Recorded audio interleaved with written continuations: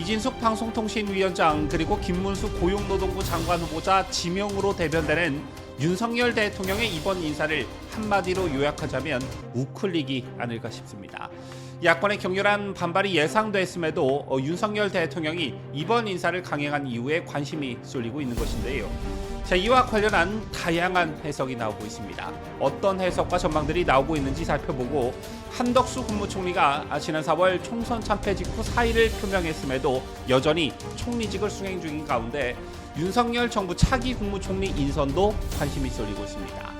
이와 관련해 정치권 일각에서는 원희룡 전 국토교통부 장관이 국무총리직 제안을 받고 고민 중에 있다는 언급이 나왔습니다. 관련 소식 잠시 후 보도합니다.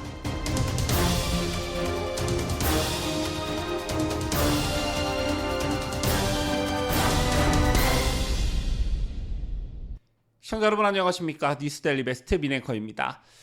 윤석열 대통령이 새 방송통신위원장으로 이진숙 전 대전 MBC 사장을 임명한 데 이어 김문수 경사노위 위원장을 고용노동부 장관 후보자로 지명하자 더불어민주당을 비롯한 야권이 아주 난리가 났죠. 좌파 성향 언론들도 연신 비판적인 사설을 쏟아내면서 비판 대열에 앞장서고 있고 민노총도 크게 반발하고 있습니다. 마치 윤석열 대통령이 이진숙, 김문수 이 두 사람을 임명한 것을 선전포고로까지 받아들이는 그런 분위기인데요. 여러분께서도 잘 아시겠지만 인사, 특히 대통령의 인사는 그 목적과 메시지가 항상 담겨있기 마련입니다. 이런 맥락에서 이번 윤석열 대통령의 인사를 한마디로 표현하자면 우클릭, 바로 이 말이 가장 적합한 말이 아닐까 생각하는데요. 지난 총선 참패 이후 윤석열 대통령이 야당 대표인 이재명을 대통령실로 불러 회담을 할 때만 해도 보수파 진영의 우려와 걱정이 정말 팽배했습니다. 불만도 있었고 우려와 걱정도 있었는데 아무리 총선에서 패배했다고 해도 이재명을 왜 만나냐? 좌고우면하지 않고 기세등등했던 윤석열 검찰총장의 모습은 어디로 간 것이냐? 심지어 이재명에게 굴복한 거냐? 이런 말까지 나왔습니다. 언론에서도 이제 식물 대통령은 불가피해 보인다는 식의 보도를 쏟아냈었지요. 하지만 거대 야당의 등장으로 국정 운영에 상당한 어려움이 있는 것은 사실이지만 대통령이 가진 권한을 최대한 잘 활용하면서 10분 잘 활용하면서 나름 선전하고 있는 모습을 보여주고 있습니다. 그리고 결정적으로 이진숙, 김문수로 대변되는 이번 우클릭 인사로 앞으로 윤석열 정부가 가고자 하는 방향성을 대내외적으로 확실하게 알렸다. 저는 이렇게 보고 또 판단하고 있는데요.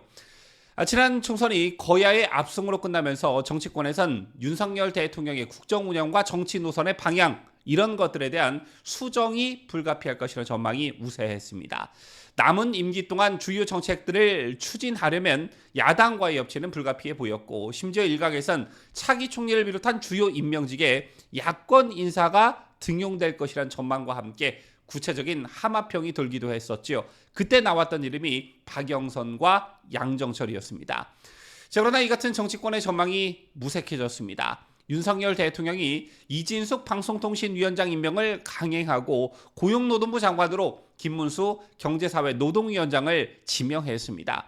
아시다시피 두 인사 모두 보수파 진영 내에서도 가장 오른쪽, 즉 찐우파로 평가받는 인물들이고 특히 야당과는 악연에 가까운 인물들입니다. 먼저 이진숙 위원장의 경우 청문회 과정에서 5.18 비판 댓글에 좋아요를 누른 것으로 알려지면서 야당의 공격을 받았고 일본군 위안부와 관련해서도 논쟁적 사안이기에 답변하지 않겠다라고 답하기도 했습니다. 그런가 하면 김문수 후보자는 너무나 잘 알려져 있다시피 과거 문재인을 겨냥해 총살감이라고 발언한 바 있고 민주당을 향해선 대한민국의 정통성을 부정하는 종북 기밀성주의자라고 나를 세운 바 있습니다.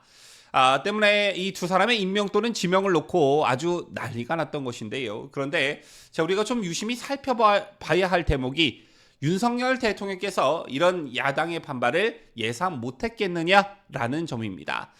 당연히 야권의 반발은 불보듯 뻔한 일이었고 따라서 어떠한 정치적 의도, 목적이 분명한 인사였다라는 것이죠.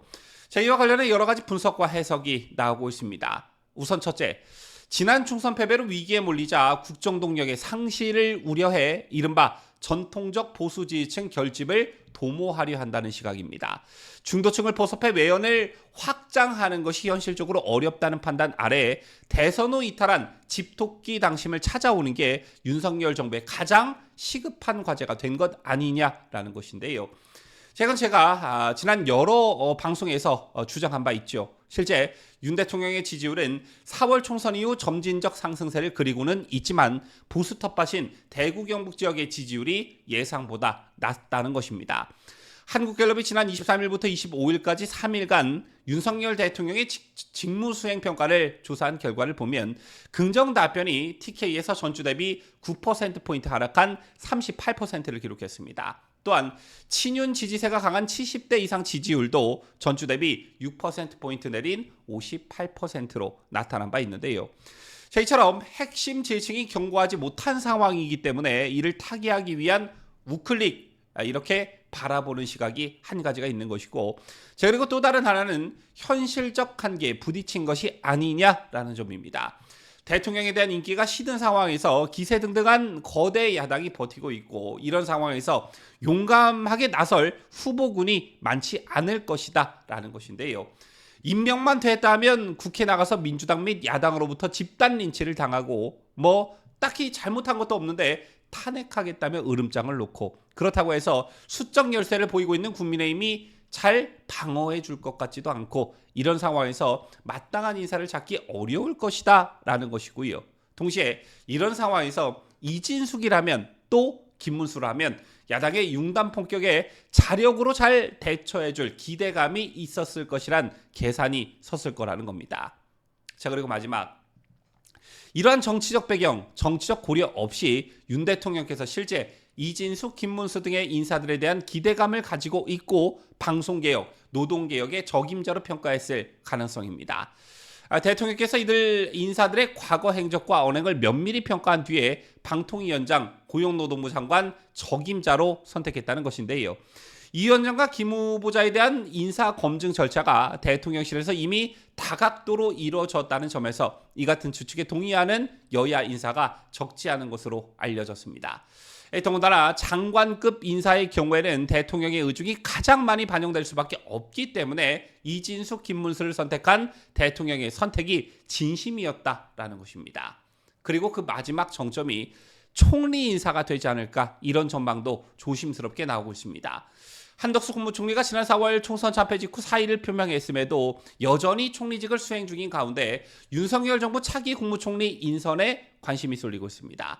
자, 이와 관련해 정치권 일각에서는 원희룡 전 국토부 장관이 국무총리직 제안을 받고 고민 중에 있다는 말이 돌기 시작했는데요. 이 사람 말을 신뢰해도 되는 건지는 모르겠으나 정치평론가로 활동하고 있는 장성철 공론센터 소장은 지난 1일 한 유튜브 방송에 출연해 최근 윤 정부에서 극단적 성향 인사들이 주류가 됐다고 진단하면서 원희룡 장관이 지금 국무총리를 제안받고 고심 중에 있다고 말했습니다. 자, 아시다시피 한덕수 국무총리는 지난해 4월 총선 참패 직후 사의를 표명했으나 후임 총리 인선이 이뤄지지 않아 최장수 총리가 된 상황인데요. 윤석열 정부 출범 이후 원희룡 전 국토교통부 장관의 국무총리 임명설이 제기된 것은 이번이 처음은 아니죠. 자, 꾸준히 여러 차례 제기된 바 있는데 결국 원희룡 전 장관의 선택은 당대표 선거 출마였습니다. 하지만 한동훈 후보에 밀려 뜻대로 되진 않았지요. 자, 만약 이게 사실이라면, 원희룡 전 장관의 총리 기용설이 사실이라면 대권 구도에도 적지 않은 영향을 미칠 수 있기 때문에 상당한 관심사가 아닐 수 없는데 앞으로 실제 어떤 일이 일어날지 한번 지켜보시죠. 지금까지 저는 자유대한민국을 소화하는 뉴스데일리 베스트 민앵커였습니다.